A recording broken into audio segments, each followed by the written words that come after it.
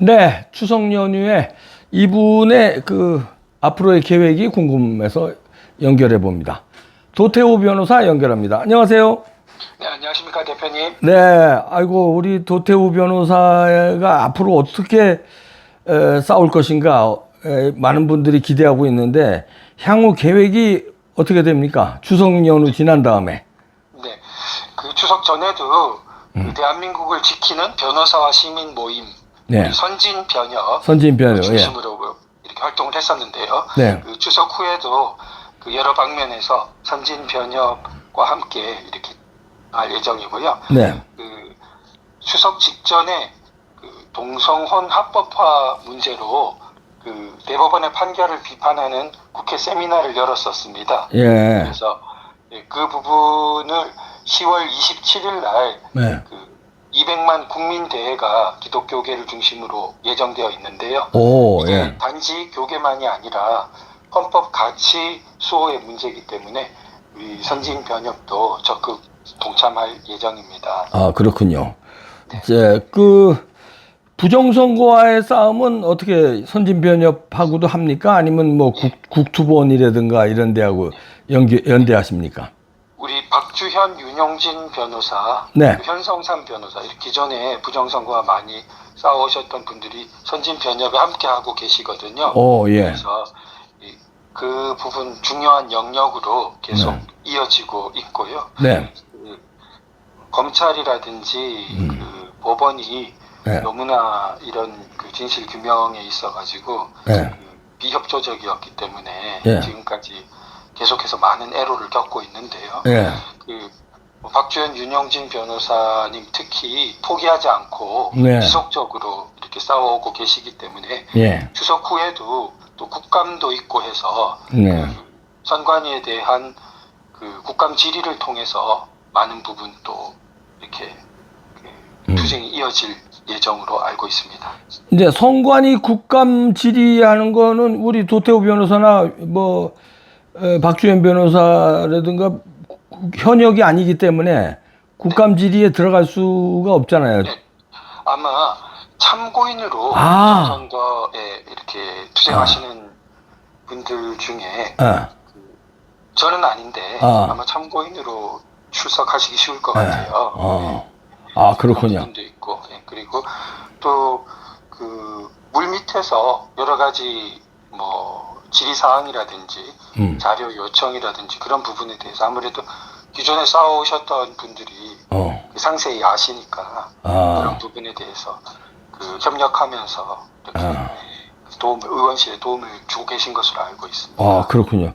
그 국감에 우리 도태우 변호사를 참고인으로 부르면 제대로 할 텐데 도태우 변호사는 무서워서 안 부르나? 걔네들이? 박지원, 윤영진 변호사님께서 앞장서서 또 변호사로서는 많이 하고 계시니까요. 그리고 특히 뭐 요즘 그 선관위가 발표한 숫자 자체가 예. 이 사람 숫자에서 맞지 않는 문제에 관해서 그 질의를 했는데 선관위가 해명 불가라고 답변을 했다고 이렇게 그 박지원 변호사 예. 말하는 것을 제가 들었는데요. 그런 부분은 특히 객관적인 가장 기초적인 숫자가 문제되기 때문에 그 제가 봤을 땐 앞으로 아주 중점적인 문제로 계속 문제를 제기하고 다뤄가야 되지 않겠나 생각됩니다. 아, 개표 상황표가 실제 투표자 수하고 맞지 않는 거에 대해서 선관위가 설명할 수 없다고 설명 불가라고 나왔어요? 네, 그런 이 질의를 했을 때 질의했을 때. 네네 그런 그 회신을 보냈다고 그렇게. 참 말도 안 되네. 아니 그걸 설명을 해야지 설명을 불가한다는 거는 그게 부정선거라는 얘기 아닙니까?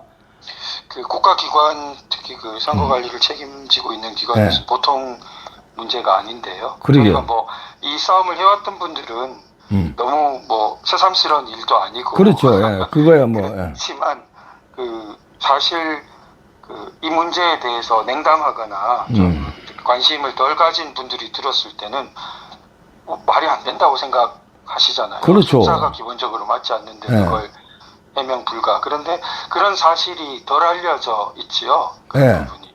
그래서 가장 기초적이고 누구나 좀 공감할 수 있는 그런 부분부터 좀 치밀하게 우리가 앞으로 문제를 제기해야 되지 않나, 부정선거 영역과 관련해서는 그렇게 좀 생각하고 있습니다. 그러겠네요. 아니, 맞아야 되는 개표 상황표하고 투표자 수가 그게 한 군데, 두 군데 틀린 게 아니라 전국에 거의 호남 빼놓고 다 틀리게 나왔더라고요. 그걸 분석한 분이 계신데.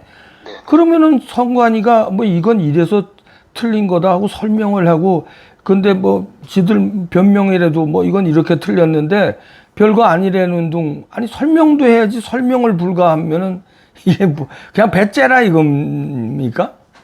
그 부분은 예. 그 메인 언론이 잘 다루어주지 않고, 또 그렇죠. 이제 그 여러 가지 어떤 편견을 가진 프레임을 씌워놨기 때문에 네. 그 아마 선관위가 그 대응하는 방식이 그렇게 나오는 거 아닌가 싶은데요. 선관위는 아마 그 다음 선거가 들어가면은 묻히니까 이번에 또 보궐선거 들어가잖아요. 네. 보궐선거 들어갈 때까지만 뭐 조용히 있다가 보궐선거 들어가면 또 그 선거에 또 정신 팔려서 그 여야 뭐 언론들이 뭐 특히 이번 보궐선거는 서울시 교육감 선거가 있기 때문에 이런데 정신 팔려서 또 이 부정선거와의 싸움이 좀 이렇게 진정 국면으로 가거든요. 그리고 그 다음에는 또 선거가 있고 이러니까 그걸 노리고 자꾸 시간 끌기 하나요? 침대 축구? 네, 그런 부분도 우리가 좀 네. 그 되새겨 봐야 되는데요. 예. 그 투쟁을 함에 있어가지고 선거 단위별로 우리가 너무 지나치게 몰입하면 그 근본적인 이슈라든지 네. 또 옛날 원자력 문제도 그렇고요. 네. 지금 그 동성혼 합법화 문제도 그렇습니다. 네. 이런 것들은 개별 선거 단위로 그 이슈가 끝나지가 않거든요. 그렇죠. 국가의 근본적인 문제와 방향에 관련된 문제이기 때문에. 네. 그래서 그런 부분을 물론 선거를 신경 쓰지 말자는 이야기가 아니고 선거가 중요하지만 네. 그러나 이런 그 개별 선거 단위를 넘어서 꾸준히 우리가 관심 갖고 추진해야 되는 문제가 있다. 네. 이런 거를 잊지 말아야 될 것 같습니다. 네. 이번에 보궐선거가 뭐 군수가 몇 군데 있고 이제 가장 큰 게 이제 교육감 선거인데 서울시 교육감. 이런 보궐선거도 이거 선관위 믿을 수 있을까요? 아니면 보궐선거는 손 안 댈까요? 아유, 이것도 걱정이네. 우리나라에 기본적으로 네. 그 선거관리위원회가 법원과 너무 유착되어 가지고 네. 그러니까 그 법원 부장 판사가 지역구 선거관리위원장을 맡도록 되어 있지 않습니까? 그러게요. 그건 문제예요. 네. 네. 그리고 대법관이 뭐 선거관리위원장으로 가 있고 네. 이렇게 돼 있다 보니까 네. 제가 그 최근에 네. 그 이런 이야기가 검찰에서 그 선관위를 대하는 태도가 네. 일종의 법원처럼 생각한다는 거예요. 아. 선관위가 고발을 한 사건에 대해서 굉장히 부담스러워한답니다. 검찰이. 그러니까 검찰은 이제 법원에다가 기소를 하고 이렇게 되지 않습니까? 그러니까요. 법원도 최종 판단을 하고. 네. 그런데 선관위는 그 일종의 행정기관의 일종, 독립된 행정기관의 일종처럼 되어야 되는데 그게 아니고 법원의 일종처럼 여겨지고 있는 거예요. 실제 멤버가 법원장들이 하고 있으니까요. 예. 예. 그 부분은 그 제도 개선이 굉장히 필요한 것 같아요. 예. 계속 이렇게 두면은 예. 그 자기가 자기를 심판하는 그러니까 제대로 심판이 안 되는 거죠. 그렇죠. 문제가 있다고 해서 들고 가면은 결국 선관위가 법원의 일종인데 그렇게 되면 그러니까 법원이 법원을 심판하는 꼴이 되니까 제대로 공정하게 되기가 어려운 거죠. 실제로 우리가 많이 겪어왔고요. 지금까지. 그거 우리가 그 몇 년 동안 그렇게 싸웠는데도 눈 하나 깜짝 안 하고 이런데 특히 민주당이 압도적 다수당이고 국힘당마저 조용하고 아니 지난번에 그 당대표 4명 나가는 중에 3명이 부정선거에 대해서 아주 세게 뭘 얘기하더만 그 다음엔 또 조용해요. 이 국힘당 어떻게 보고 계십니까? 그러니까 이게 그 선거관리위원회가 예. 기본적으로 공직자 선거 전체를 담당하고 있다 보니까 아, 특히 그 피선거권, 예. 그러니까 공직자로 출마하거나 뭐 이렇게 되는 자격에 관해서 선거법 위반, 뭐 벌금형 뭐 100만 원 뭐 이런 기준 굉장히 엄격하지 않습니까? 네. 다른 문제보다도. 그러니까 그런데 그런 범죄에 해당되는 거를 뭐 이렇게 고발하거나 여러 가지 공소 이렇게 그 제기에 있어서 영향을 미치고 하는 부분이 선관위가 크니까 예. 우리가 잘 아는 것처럼 그 기존의 정치권 이런 곳에서 정당 등에서는 굉장히 부담스러워하고 있는 거죠. 그러니까요. 선관위 문제에 대해서. 그러면 이거 그냥 그대로 이대로 또 그냥 일부 국민들만 이렇게 지저대고 이대로 또 넘어가서 그럴 수는 없는 문제. 그러니까 그럼 어떻게 해야 됩니까? 이거 참 많은 분들이 그 염려하시고 생각하시듯이 뭐 공정한 선거 관리 문제는 자유민주주의가 존립하기 위한 기초적인 문제이기 때문에 예. 그 부분의 왜곡을 계속 방치하고서는 뭐 진정한 자유민주주의가 유지될 수가 없죠. 그럼 어떻게 해야 돼요? 이 뭐 이렇게 해도 안 되고 저렇게 해도 안 되는데 눈 하나 깜짝 안 하니까. 네, 그건 맞습니다. 굉장히 답답한 상황인 건 맞고요. 네. 그 법원은 애초에 인적 구성으로 좀 유착되어 있기 때문에 그렇다 하더라도 예. 검찰까지 굉장히 소극적이어서 그 부분이 정말 그 저는 많이 아쉬웠어요. 처음에는 이제 제도적으로 대법원이나 이런 데서 해결되었어야 됐는데 네. 완전히 그 국민 배반했고 헌법과 그 다음에 그렇다면 남은 것은 이제 검찰의 수사였는데 예. 그 수사기관의 수사가 제대로 안 돼요. 결국 제가 꾸준히 해왔던 그 파주을 사건 경우에도 결국 수사기관이 안 됐거든요. 끝까지. 그러니까 법원과 검찰 이런 수사기관이 같이 해주지 않을 때 우리가 지금 그 국민들로서는 너무 그 비제도권 국민들만 남아 있으니까 정말 애타고 그 너무 분노하고 이렇게 되는. 이제 검찰이 달라질 수 있을까요? 그 검찰의 변화 부분은 뭐 여러 가지 이렇게 긍정적인 예측을 하시는 분들도 계신데 제가 뭐 함부로 예. 예단하기는 어려울 것 같습니다. 사실 왜냐하면은 검찰에서 한 사람이라도 만약에 네. 이 부분 그 맡은 사건에서 파헤치기 시작하면 저는 뭐 그건 큰 일이 난다고 보거든요. 그러니까 그 한 사람이 다 수사권을 갖고 있어요. 예. 그러니까 이게 기소가 되고 안 되고 문제 부분에서는 그 위로 결재가 올라가고 또 이 여러 가지 그 검사 동일체 이런 부분이 작용하지만 수사를 하는 단계에 있어가지고는 그 함부로 그 검사의 수사권을 외압으로 뭐 이렇게 꺾어 놓는다는 것은 더 큰 문제를 막 불러올 수 있기 때문에 그렇죠. 예, 쉽지 않거든요.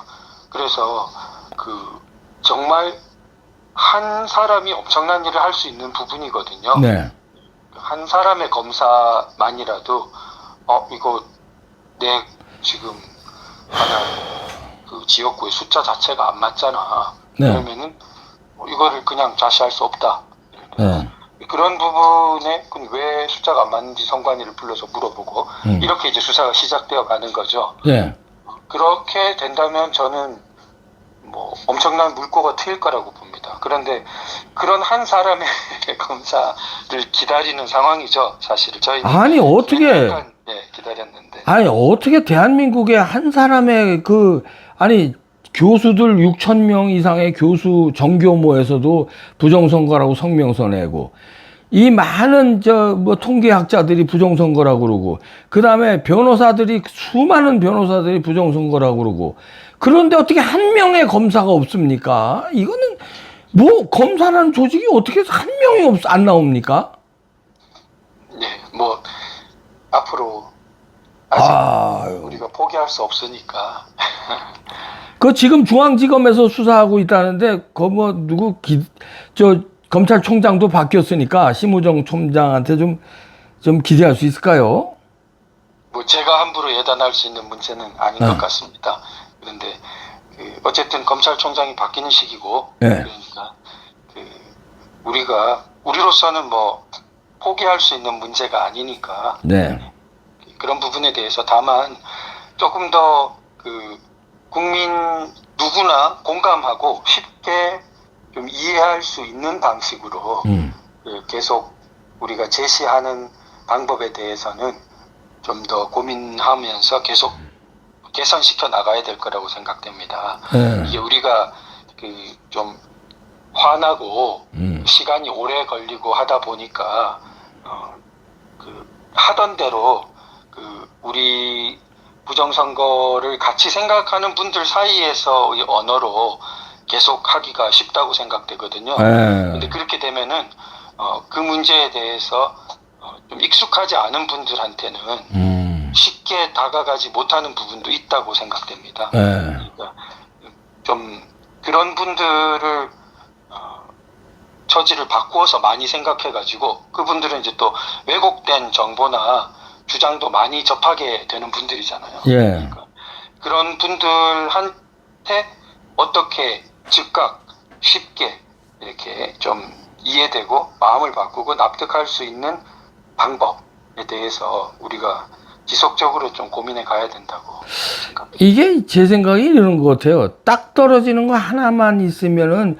이게 쉽게 뭐 이렇게 공격하고 홍보전에 나서고 이해를 시킬 텐데 딱 떨어지는 게 하나가 아니라 딱 떨어지는 게 수백 개예요. 뭐 통계는 통계대로 딱 떨어지고 뭐 아까 얘기한 개표 상연표 틀린 숫자 틀린 거 그것도 딱 떨어지는 증거고 뭐 일장기 투표용지가 1000장이 한 지역구에 나온 거 그것도 딱 떨어지는 증거고 배춘입 투표도 있어서는 안 되는 건데 나온 게 딱 떨어지는 증거고 뭐 제가 설명할 수 없는 여러 가지 딱 떨어지는 게 너무 많으니까 이 사람은 통계 가지고 주장하고 이 사람은 대수의 법칙 가지고 주장하고 이 사람은 개표 상황표로 주장하니까 이게 이제 국민들이 말하자면 뭐랄까 너무 밥상을 많이 차려넣어 가지고 그러니까 증거가 너무 많다는 게 이게 문제인가? 나 이게 참 그렇다고 말씀하신 것도 상당히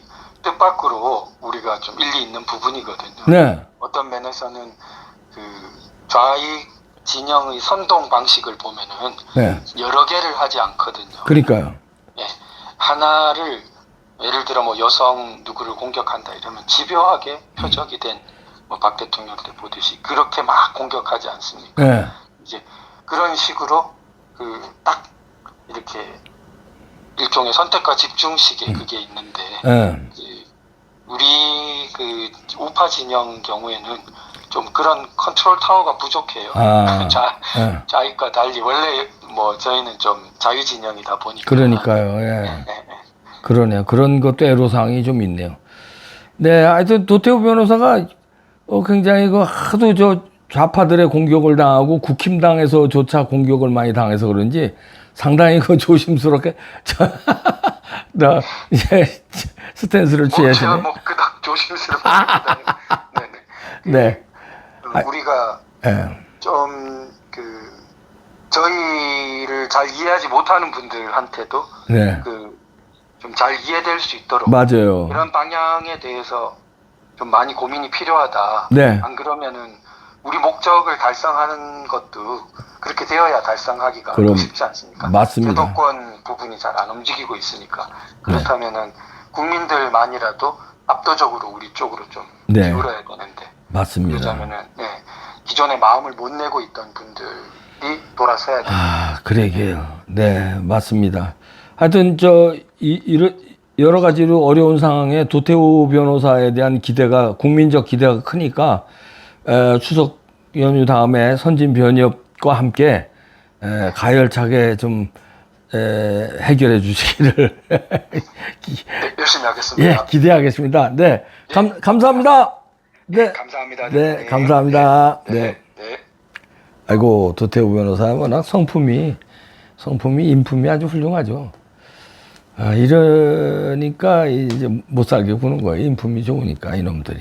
아, 좌파는 한 군데만 까거든요. 근데 우파는 지금 너무 증거가 많으니까 이게 문제인 것 같은데 그만큼 부정성 확실하다는 거예요. 너무 증거가 많아. 야, 그런데 야, 이걸 어떻게 효과적으로 부실 수 있는 방법을 저렇게 선관위가 법원하고 이게 같은 조직이니까 이걸부터 깨야 되는데 결국 그래서 제가 수백 번 얘기하잖아요. 수천 번 얘기했을 거다 아마. 대통령이 결단하고 수사를 해야 된다. 왜 통수를 찔러서 판 끝내야 된다. 미치겠다 진짜.